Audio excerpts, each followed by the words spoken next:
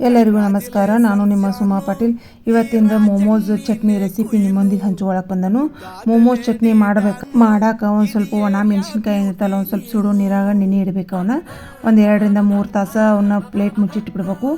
ಇದಕ್ಕೆ ಅಲ್ಲ, ಬೆಳ್ಳುಳ್ಳಿ, ಕೊತ್ತಂಬರಿ, ಒಂದು ಸ್ವಲ್ಪ ಉಳ್ಳಾಗಡ್ಡಿ, ಹೂವು, ಆಮೇಲೆ ಅವು 2-3 ತಾಸಾದಿಂದ ಈ ರೀತಿ ಆಗಿರ್ತಾವೆ ನೋಡ್ರಿ ಮೆಣಸಿನ್ಕಾಯಿ. ಅವ್ನು ತೆಗೆದು ನೀರು ಬಸಿ ಇಟ್ಕೋಬೇಕು. ಆಮೇಲೆ ಟೊಮೆಟೊ ಹಣ್ಣು ಒಂದು 4 ಟೊಮೆಟೊ ಹಣ್ಣು ತೊಗೊಂಡನು. 10 ರಿಂದ 15 ಮೆಣಸಿನ್ಕಾಯಿ ತೊಗೊಂಡನು. 4 ಟೊಮೆಟೊ ಹಣ್ಣು ತೊಗೊಂಡನು. ಈ ರೀತಿ ಗ್ಯಾಸ್ ಒಲೆ ಮೇಲೆ ಹಿಂಗೆ ಸುಡ್ಬೇಕು. ಅವನ್ನ ಸುಟ್ಟಿಂದ ಅವನು ಸ್ವಲ್ಪ ಆರೋಮಟ ಪ್ಲೇಟ್ ಮುಚ್ಚಿಟ್ಟು ಮಿಕ್ಸಿ ಜಾರಿಗೆ ಅಲ್ಲ, ಬೆಳ್ಳುಳ್ಳಿ, ಆಮೇಲೆ ಮೆಣಸಿನ್ಕಾಯಿ, ಆ ಟೊಮೆಟೊ ಹಣ್ಣಿನ ಸಿಪ್ಪಿ ತೆಗೆದು ಕಾಸ ಅವನು ಹೆಂಚು ಕಾಸ ಹಾಕಬೇಕು. ಆಮೇಲೆ ರುಚಿಗೆ ತಕ್ಕಷ್ಟು ಉಪ್ಪು ಅದಕ್ಕೆ ಒಂದು ಸ್ವಲ್ಪ ಹಾಕಿ ಕಾಸ, ಒಂದು ಸ್ವಲ್ಪ ಚಾಕ್ ಹಾಕೋ ಸಕ್ಕರೆ ಕಾಸ. ಆಮೇಲೆ ನಾನು ಇದಕ್ಕೆ ಒಂದು ಚಮಚದಷ್ಟು ಆರಿಗನ ಹಾಕಿದ್ದೇನೆ. ಇವನ್ನೆಲ್ಲ ಹಾಕಿ ಕಾಸ ಮಿಕ್ಸಿ ಒಳಗೆ ಸಣ್ಣಗೆ ಪೇಸ್ಟ್ ಮಾಡಿ ಇಟ್ಕೊಂಡು ಡಬ್ಬೆ ಇಟ್ಕೊಂಡ್ರೆ ಮೋಮೋಸ್ ಚಟ್ನಿ ರೆಡಿ ಆಯಿತು. ಮತ್ತು ಈ ಚಟ್ನಿ ಮಾತ್ರ ಸೂಪರ್ ಆಗಿತ್ತು.